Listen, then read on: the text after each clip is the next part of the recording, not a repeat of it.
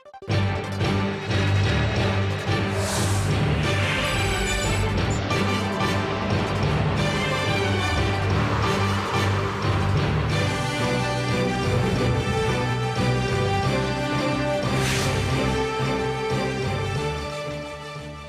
Friday, it's the 27th of June. I'm Moon Gun-young. This is ARIRANG News, live from Seoul. Our top stories today. Local media in Japan are reporting a new government draft on Prime Minister Abe's push for collective self-defense has received coalition support and could be approved as early as next week. Korea's industrial output fell by the most in more than 5 years in May, missing market expectations by a long shot and adding to signs that the economic recovery may be losing steam. And Asia's World Cup comes to an end with barely a whimper. Team Korea leaves Brazil with its head down, becoming the fourth of 4 AFC representatives to get knocked out of the group stage without a single win. We'll have those stories and more, but first with this piece of news. Japan has come up with a final draft for a reinterpretation of its pacifist constitution. Now that paves the way for reaching a consensus on the change, which Kyodo News Agency says could come as early as July 1st. Now the draft says Japan will ensure that its history as a pacifist state continues while adhering to its non-nuclear principles and pursuing robust diplomacy to stem the emergency of threats. Well, Japan has long maintained that it has the right to collective self-defense under international law, but cannot exercise it under Article 9 of its constitution, which bans the use of force to settle international disputes and only allows the minimum for self-defense. The diplomatic dynamics in Northeast Asia are complex, to say the least, with historical and territorial differences meeting head-on with security concerns. But with the relationship between North Korea and Japan cozying up of late, our Connie Kim reports on the latest developments. For the first time since North Korea and Japan came to agreement on opening an investigation into the whereabouts of the Japanese abductees kidnapped by the North decades ago, 9 Japanese nationals arrived in Pyongyang on Thursday. They'll be visiting the burial sites of relatives who died in the communist state after the Second World War. After a lot of efforts between the Japanese and North Korean government, our hope has finally come true.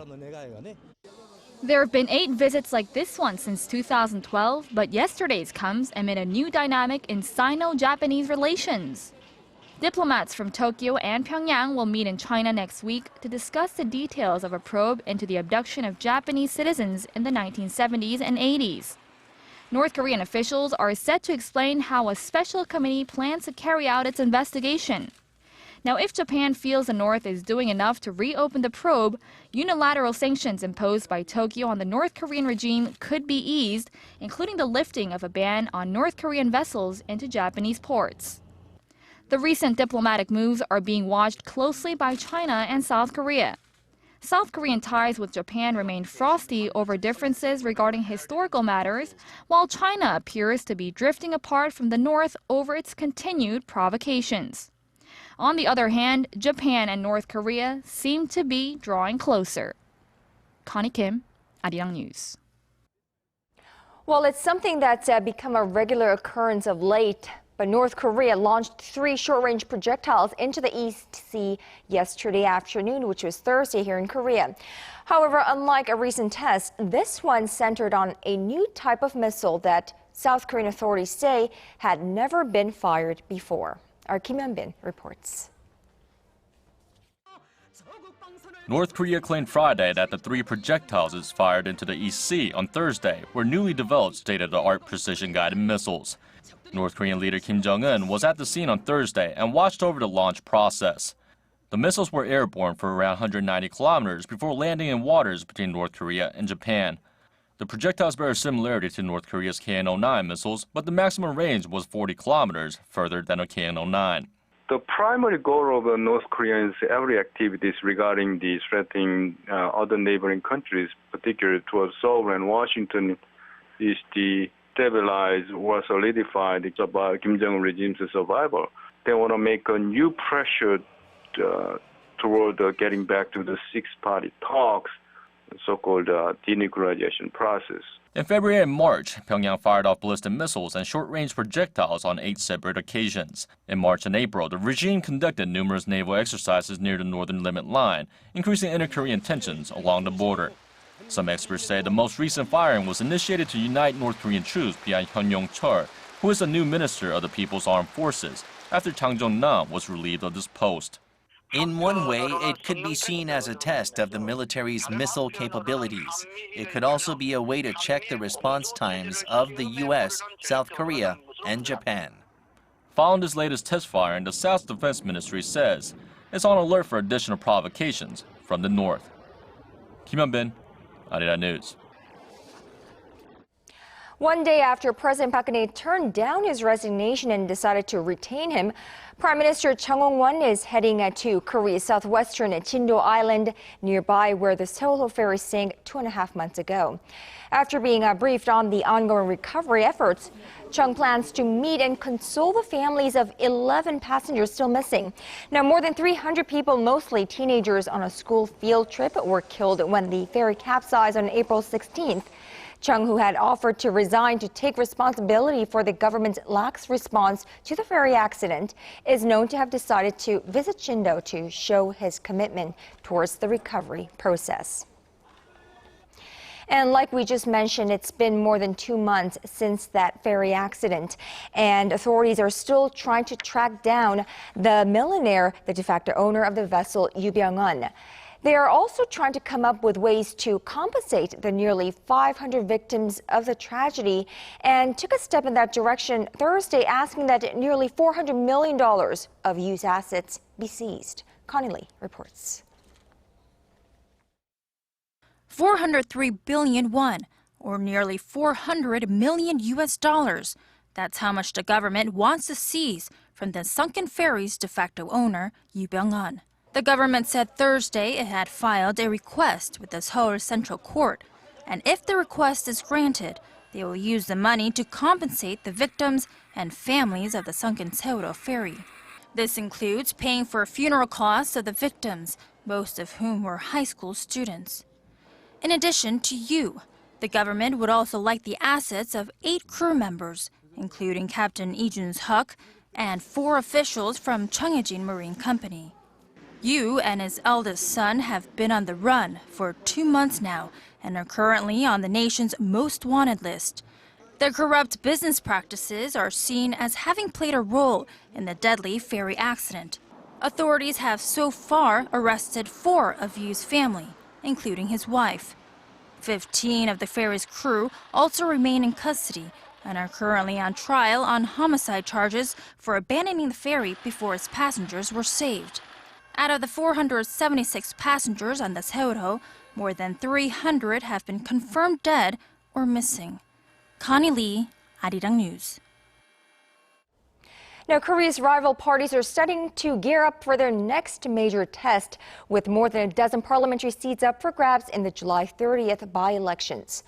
A ruling Saenuri Party lawmaker lost his seat on Thursday after the Supreme Court upheld a conviction for election law violations, pushing the total of vacant seats at the National Assembly to 15.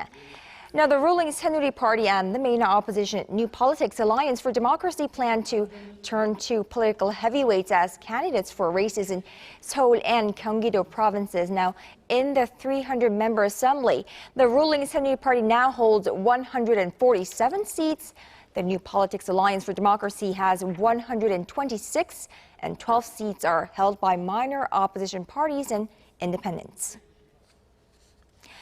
Let's shift our focus to the nation's economy. Well, Korea's production in the mining and manufacturing sector dropped last month by the biggest margin in more than 5 years, and it's raising concerns that a slowing economic recovery is ahead. But analysts say it's still a bit too early to call the drop a trend. Our Hwang Ji-hye tells us why. Korea's pace of economic recovery is in question once again, with the nation's output in the manufacturing and mining sector falling 2.7% in May from a month earlier. That marks the biggest drop since December 2008, when the global financial crisis broke. Statistics Korea says that the output drop came largely from the automobile and semiconductor industry, which saw sluggish exports last month.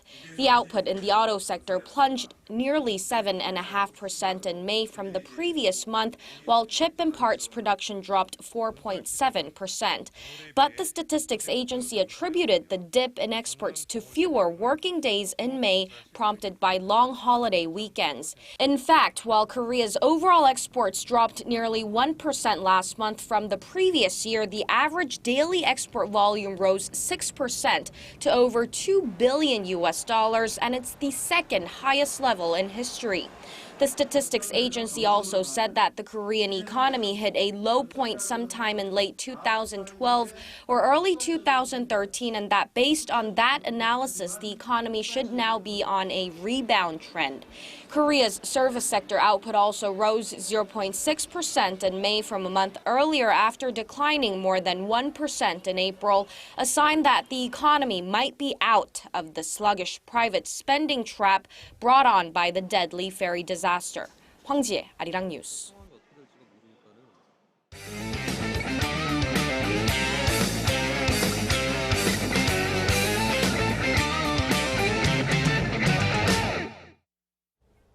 Well, we now have the names of all 16 teams that are staying behind in Brazil for the remainder of the World Cup 2014. And let me tell you, Korea, unfortunately, is not on that list. The Taekwondo Warriors lost their final group match against Belgium 1-0, packing up with a draw and 2 losses and not a single win. ARIRANG News Song Ji-sun joins us for a wrap-up of Korea's or Asia's disappointing performance on Latin American soil. Now, Ji-sun, much to the dismay of pretty much all Koreans in and outside of this country, there was no miracle in the end. Not for the Korean squad, and I've been telling you that we needed a lot of conditions to be met for the Korean squad to advance next round. A massive victory over Belgium, with Russia beating Algeria with fewer goals than Korea's. But all those possibilities evaporate pretty fast, though, as Korea lost 1-0 and Algeria drew 1-1 with Russia on Thursday. Before the match, coach Hong Myung-bo finally changed his mind to put Kim Shin-wook as the lone striker in his lineup and even replaced goalkeeper Chung Sung-young with Kim Seung-gyu. Kim actually fared pretty well in his first World Cup debut, but he loses a goal as Belgium's Jan Vertonghen nets after Kim failed to hang on to a shot by Divock Origi. Just before the end of the first half, Belgium's Steven de Vogt was sent off for stepping on Kim Shin-wook's ankle, but the Korean footballers could not take advantage of their numerical advantage. We actually had more passes and attempts shot on goal than Belgium did, but most of them flew wide or didn't even trouble the goalkeeper on the Belgium side. Now that leaves it with 1 draw and 2 losses at Brazil 2014. This is Korea's worst result since the 1998 the first World Cup. And Hong Myung-bo had been targeting for the quarterfinals before departing for Brazil. Well, you know, Ji-sun, like it or not, really, Hong Myung-bo, Korea's coach Hong Myung-bo, has plenty to chew on, as, you know, once he returns back home, which I believe is the 30th, he will be, you know, faced with lots of questions like, were his best 11 really the best 11? Because we remember that, you know, his starting lineup was already controversial when he submitted them to the FIFA before flying out to Miami. Right, he set a rule that he was going to select the players who were doing good in their teams, but that didn't go with Park Ju-young. In fact, he wanted that one shot from Park Ju-young, who brought home bronze for the London Olympics 2 years ago, with his goal. But that old, rather outdated match did not work in Brazil. Park, who's been sitting on the bench for the most of the time in his own club, started Korea's first 2 critical matches only to go unnoticed in the 113 minutes he played. If you take a look at these profiles comparing the strikers on the Korean squad, you can see Park leaves Brazil without a single goal or run for the goal. The 2 other forwards, on the other hand, who was playing in the domestic leagues, replaced Park in the second half for the first 2 matches.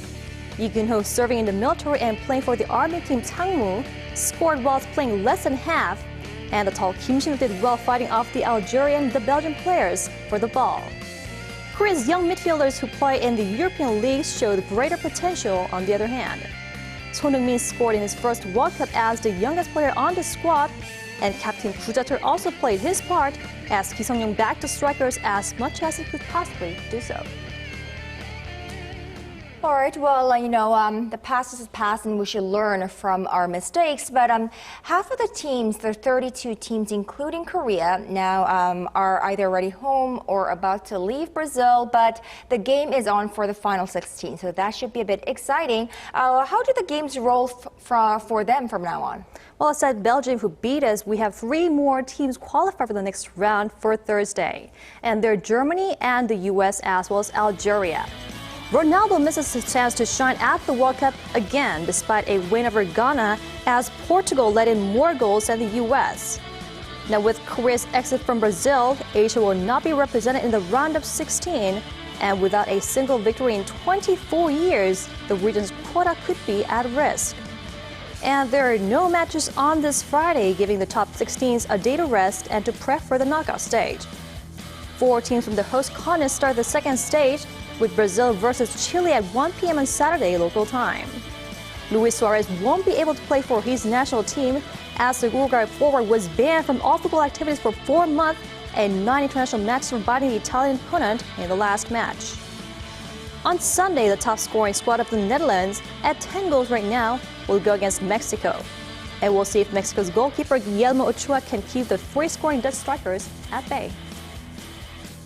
Well, it should be interesting to watch because we see that, all but one Latin American country have really managed to stay behind and play for the best 16. So, and a lot of the European teams that we had expected to do better left for home. So we'll have to wait and see how that rolls out.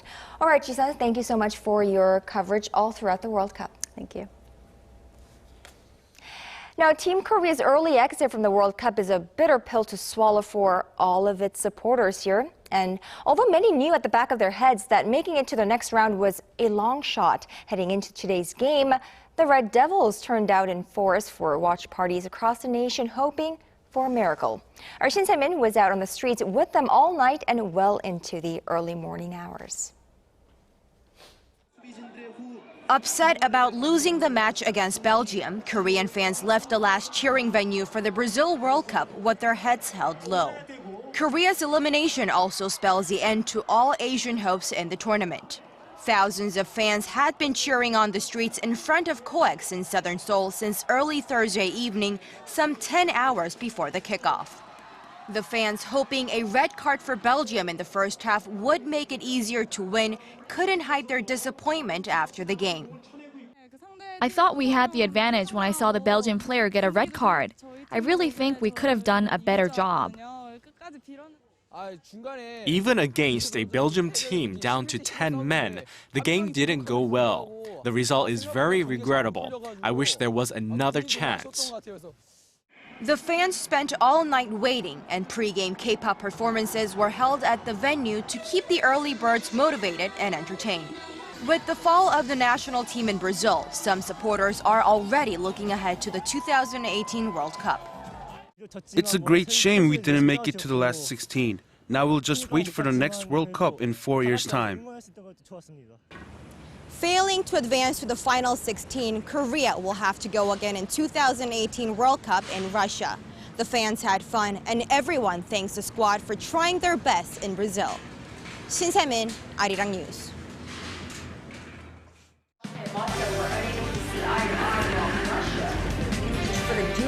All of the day's important events close to home and around the world.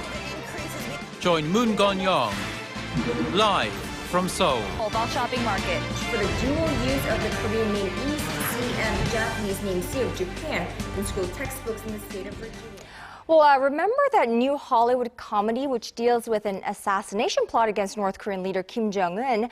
Well, it has caught the attention of Pyongyang. Well, it warned that the release of the film, which is due out in the fall, would be an act of war. The co-director of the movie says Pyongyang is overreacting. Our Kwon So-ah reports. Could a comedy movie trigger a war? According to our North Korean Foreign Ministry spokesperson, yes. North Korea has come out all guns blazing against the first ever American movie dealing with its leader Kim Jong-un. The Interview is an action comedy that centers on how a talk show host and his producer, played by James Franco and Seth Rogen, embark on a CIA mission to assassinate Kim. Rogan, who also co-directed the movie, says he was inspired by journalists making trips to the communist country and hypothetical discussions on how they would be in the ideal position to assassinate the world's most dangerous people. But as can be seen in the trailer, the movie is hardly sinister in nature. However, it was enough for North Korea to call the movie an act of terrorism and an act of war. Pyongyang's foreign ministry spokesperson threatened merciless retaliation if the film is released. Seth Rogen is not taking the threat too seriously.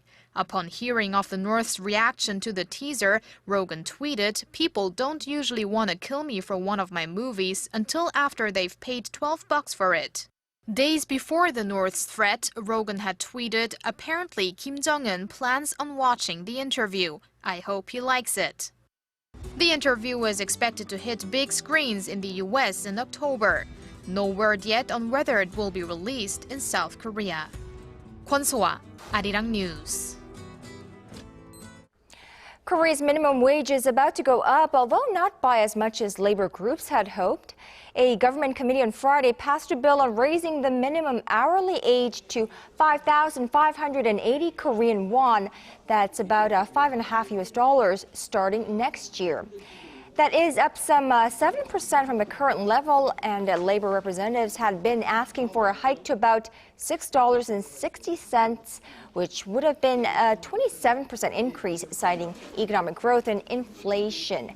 But representatives of employers had said that a further hike would put a bigger burden on small and mid-sized enterprises.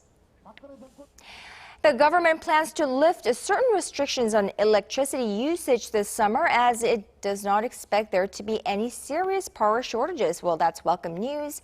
Public and government offices, however, will remain subject to certain restrictions.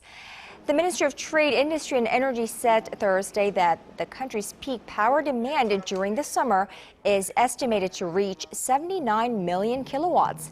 The country's maximum generation capacity is 84.5 million kilowatts, up compared to the 77 million from last year, when a number of nuclear reactors were shut down when they were found to contain parts supplied with fake safety certificates. Now, government and public offices are required to maintain room temperature at 28 degrees Celsius or above as in previous years, but will be given greater discretion. Commercial buildings had been required to keep their temperatures at 26 degrees Celsius in previous years, will only be advised to do so.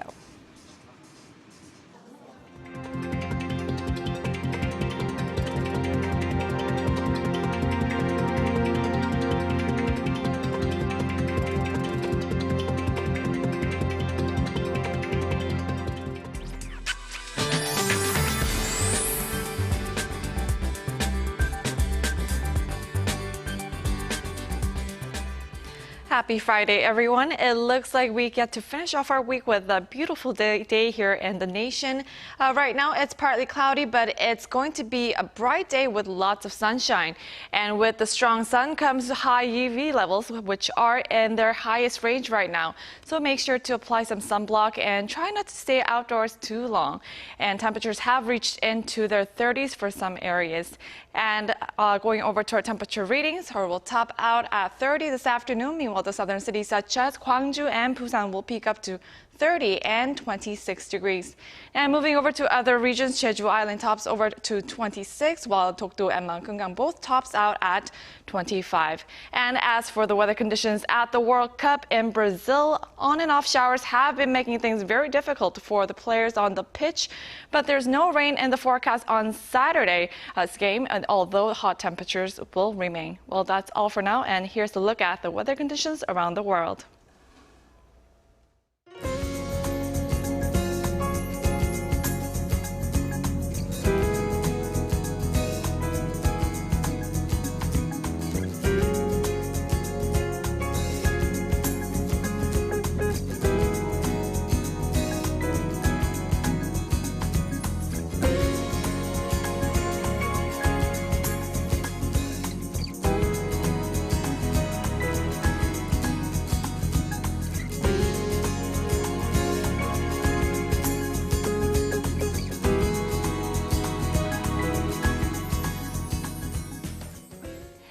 And that's just about all from me at this hour. I'm Moon Gon-young. Check back with us at 4 p.m. Korea time for Business Today.